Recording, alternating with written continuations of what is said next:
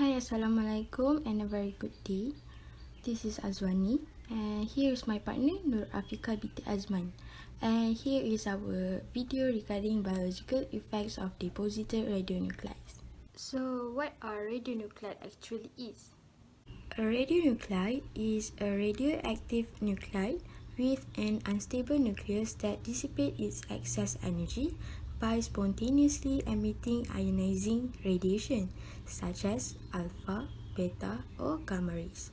It is also called as radioisotope, radioactive isotope, or radioactive nuclide. In nuclear medicine, radionuclides are used for diagnosis, treatment, and research. A radionuclide is naturally or artificially produced radioactive isotopes of an element. A study regarding health effects of internally deposited radionuclides done by Center for Health and the Environment of University of California.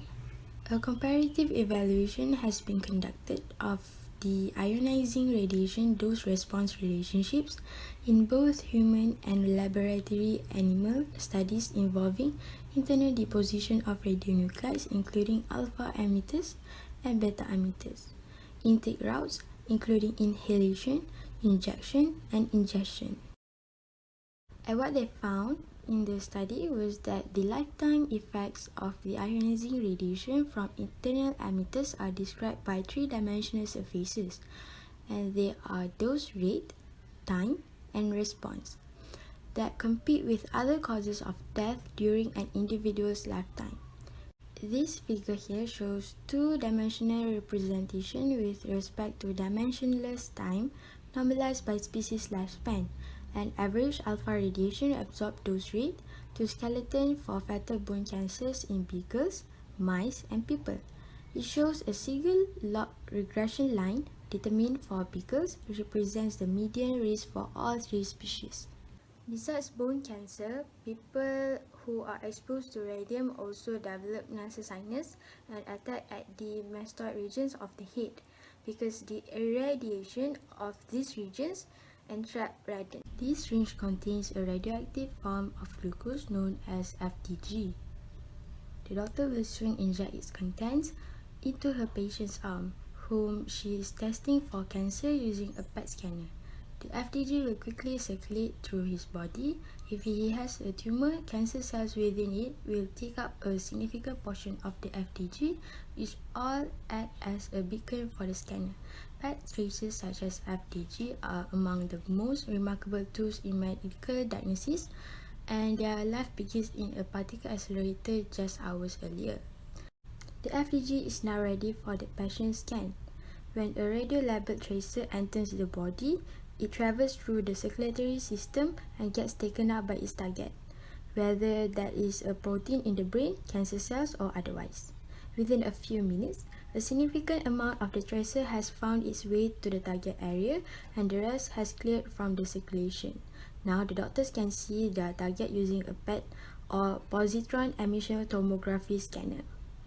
The radiation that the tracer emits is what makes it possible. The isotope used in PET decay by positron emission. Positrons are essentially electrons with positive charge. When emitted, a positron collides with an electron from another molecule in its surroundings.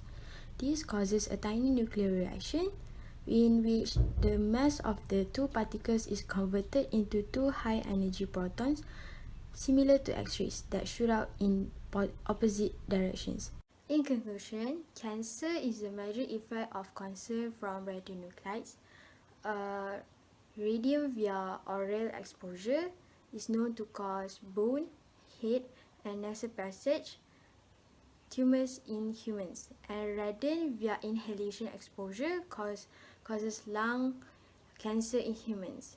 And uranium may cause lung cancer and tumors of the lymphatic and hematopoietic tissues. Hi, my name is Nur Afiqah Adzman and I will start this presentation with radionuclide pathways. For the introduction, radionuclides released into the environment by a nuclear facility as well as the radiation emitted by that facility result in a dose to the public. when demonstrating compliance by determining the highest likely dose to an individual, one or both of the following must be done. Each has advantages and disadvantages. The first one is collection and or analysis of environmental media at the boundary of the restricted area and or at the residence of the individual expected to receive the highest dose. And the second one is pathways analysis. For the first one, collection and or analysis of environmental media. The advantages: if the radionuclides are at high enough levels to be measured, a direct measurement eliminates the large degree of uncertainty associated with a mathematical pathways analysis. In extreme cases, the radionuclide concentration in an exposed individual might be measured directly. For example, 1131 in thyroid, or the dose might be estimated by chromosomal analysis. And for the disadvantages, radionuclide concentration in the air, water, soil, and food samples might be too low to be measured. And the last one is the concentration exhibit considerable variation from one location to another. Even if the radioactive material could be measured, an excessively large number of samples might have to be collected to permit a reasonable estimate of the dose.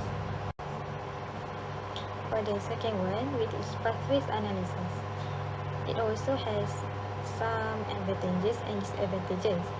For the advantages, a pathways analysis can predict concentration in the environment that are below our ability to measure in a collected sample. And next, the analysis can predict the concentration in any location, not just a few locations. For the disadvantages, there can be substantial uncertainty associated with a mathematical analysis, even when the source term is well known precisely.